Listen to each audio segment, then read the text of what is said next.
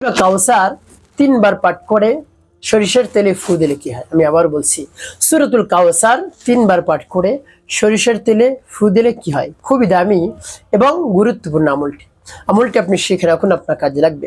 এই আমলটি করে আপনি অনেক উপকার পাবেন। যখন আপনার সমস্যা সমাধান হয়ে যাবে, আপনি অনেক টাকা খরচ করা থেকে বেঁচে যাবেন ইনশাআল্লাহ। প্রিয় ভাই বোনেরা, তাই অনেক টাকা বেঁচে যাবে আপনার। এই জন্য আপনি আমলটি করুন। তাই বিস্তারিত জানার জন্য, আমলটি শিখে রাখার জন্য ভিডিওটি না টেনে না কেটে ধৈর্য এবং মনোযোগ সহকারে শেষ পর্যন্ত আপনি দেখুন। অবশ্যই আল্লাহ রাব্বুল আলামিন আপনার সমস্যা সমাধান করে দিবেন। প্রিয় ভাই বোনেরা, শুরুতেই বলবো কিভাবে আমলটি করবেন, তারপরে বলবো আমলটি করে কিভাবে উপকৃত হবে। তাহলে চলুন কিভাবে আমলটি করতে হয় জেনে নেওয়া যাক। আমলটি করার শুরুতে আপনার কাছে কিছু তেল রাখবেন, সরিষার একেবারে ভালো ফ্রেশ, এমন না হয় বাসা বাড়িতে এনে আগে রেখেছেন সেই তেল দিয়ে আপনি আমলটি করছেন, সেটা একেবারে ভালো ফ্রেশ 100 গ্রাম বা 200 গ্রাম তেল এনে আপনি পড়বেন। এভাবে আপনার সামনে রাখবেন, রেখে তারপরে আপনি কি করবেন, উত্তম রূপে উজু করবেন। উত্তম রূপে উজু করে পবিত্রতা অর্জন করে পবিত্র স্থানে কিবলামুখী আপনি বসবেন নির্জন একটি জায়গায়। এরপরে আপনি চোখ দুটো বন্ধ করে দিবেন, আমলের দিকে মন নিয়ে আসবে। এরপরে আপনি শুরু করে দিবেন আমল।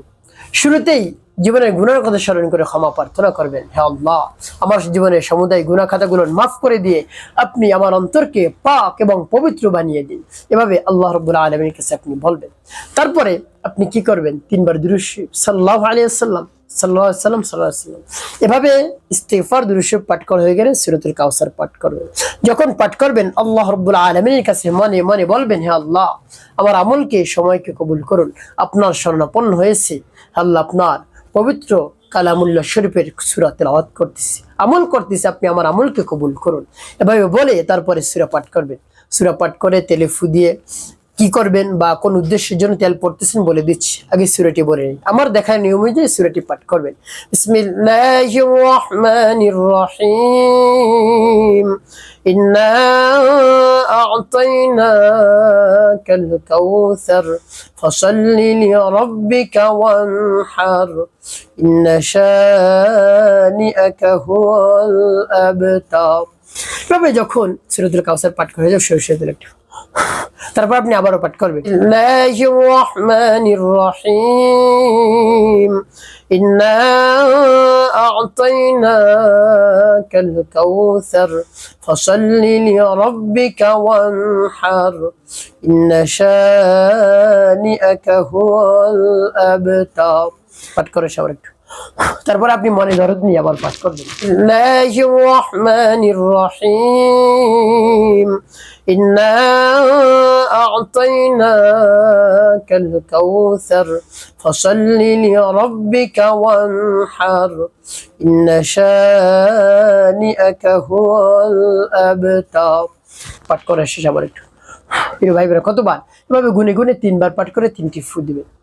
শেষে আপনি 5 বার দুরূদ ইব্রাহিম পাঠ করবেন, আল্লাহুম্মা সাল্লি আলা মুহাম্মাদিন ওয়া আলা আলি মুহাম্মাদ কামা সাল্লাইতা আলা ইব্রাহিম ওয়া আলা আলি ইব্রাহিম ইন্নাকা হামিদুম মাজিদ। আল্লাহুম্মা বারিক আলা মুহাম্মাদিন ওয়া আলা আলি মুহাম্মাদ কামা বারাকতা আলা ইব্রাহিম ওয়া আলা আলি ইব্রাহিম ইন্নাকা হামিদুম মাজিদ। আল্লাহুম্মা সাল্লি আলা মুহাম্মাদিন ওয়া আলা আলি মুহাম্মাদ কামা সাল্লাইতা আলা ইব্রাহিম ওয়া আলা আলি ইব্রাহিম ইন্নাকা হামিদুম মাজিদ। আল্লাহুম্মা বারিক আলা محمد وعلى آل محمد كما باركت على إبراهيم وعلى آل إبراهيم إنك حميد مجيد. اللهم صل على محمد وعلى آل محمد كما صليت على إبراهيم وعلى آل إبراهيم إنك حميد مجيد. اللهم بارك على محمد وعلى آل محمد كما باركت على إبراهيم وعلى آل إبراهيم إنك حميد مجيد. এবার যখন দুরূদ ইব্রাহিম পাঠ করা হয়ে যাবে, এরপরে আপনি কি করবেন, 2টি ফু দিবেন।